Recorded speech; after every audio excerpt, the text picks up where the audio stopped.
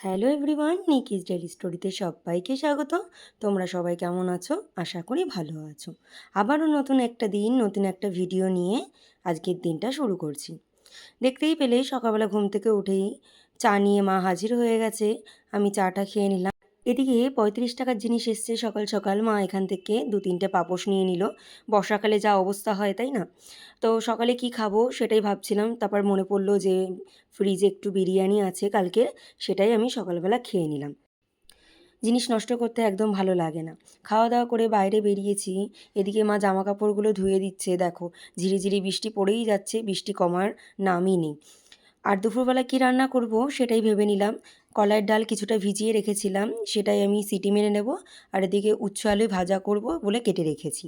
তো আমি একটু লবণ দিয়ে 3-4টে সিটি মেরে নেব, দিয়ে আমি কচুটা সিদ্ধ করব ওই ডালের সাথে। আর এদিকটায় এই গ্যাসটায় আমি উচ্ছে আলু ভাজাটা বসিয়ে দিয়েছি। যেহেতু কলাইয়ের ডাল রান্না করব, একটু আদা আর একটু মৌরি বাটা না দিলে ঠিক ভালো লাগে না।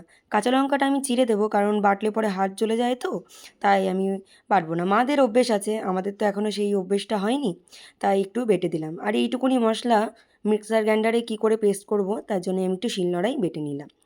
মিক্সার গ্রাইন্ডারেই পেস্ট করি, তাও একটু দেখলাম। ওদিকে উচ্ছে আলু ভাজাটা তুলে নিয়েই আমি ওই তেলের মধ্যে আরেকটু তেল দিয়েই আমি যে আদা আর মৌরিটা বেটে রেখেছিলাম সেটা একটু তেলের মধ্যে ঢেলেই আমি ডালটা নামিয়ে নিলাম।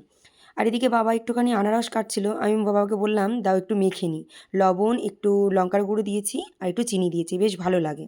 আর ওদিকে মা যেহেতু পুজো করেছিল, লেবু ছিল, সেটাও খেয়ে নিলাম। দুপুরবেলা স্নান করে নিয়েছি, স্নান করেই মা খেতে দিয়ে দিল, তাই খেয়ে নিলাম। খাওয়া দাওয়া করে একটু ঘুমিয়ে গিয়েছিলাম। ঘুম থেকে উঠেই শেখানো ছিল, সেটা আর আমি ক্যাপচার করিনি। সবসময় তো আর ক্যামেরা হাতে নেওয়া যায় না। তা বিকালবেলা একটু মোমো নিয়েছিলাম, এই অর্ডার করেছিলাম, সেখানে খেয়ে নিলাম। আর এদিকে মা কি খাবে, নিরামিষ খিদে পেয়ে গেছে, তাই হোয়াইট সস পাস্তা বানিয়েছিল। তো খাওয়া দাওয়া করে গল্প টল্প করেই রাতের এবার খাওয়া দাওয়ার ব্যবস্থা। মা তো ওদিকে খেয়ে নিয়েছে ওটস দিয়ে, দুধ দিয়ে। আমি কি খাবো, তাই একটু ডাল, একটু চাল, একটু একসাথে করে আলু সিদ্ধ দিয়ে আমার ভীষণ ভালো লাগে। এটা আমি সিটি মেরে নিয়েছিলাম। তা আমি ওদিকে ভাতটা প্রেশার কুকারে দিয়েই আমি একটু ফ্রেশ হয়ে নিলাম। তো ভাতটা এবার নামিয়েই আমি একটা ডিম অমলেট করে নিচ্ছি। ভীষণ ভালো লাগে এরকম ঘি আলু সিদ্ধ ভাত আর একটা ডিম অমলেট দিয়ে। তোমাদের কার কার ভালো লাগে তোমরা অবশ্যই আমাকে কমেন্ট করে জানাবে। রাতের খাবার তো আলু সিদ্ধ ভাত হলে আর কিছু আমার লাগেই না, তাই গরম গরম খাবারটা বেড়ে নিলাম আর সাথে একটা কাঁচা লঙ্কাও নিয়ে নিয়েছি। তো খাওয়া দাওয়া করে নিচ্ছি, খাওয়া দাওয়া করে নিয়েই এরপর ফ্রেশ হয়ে নেব।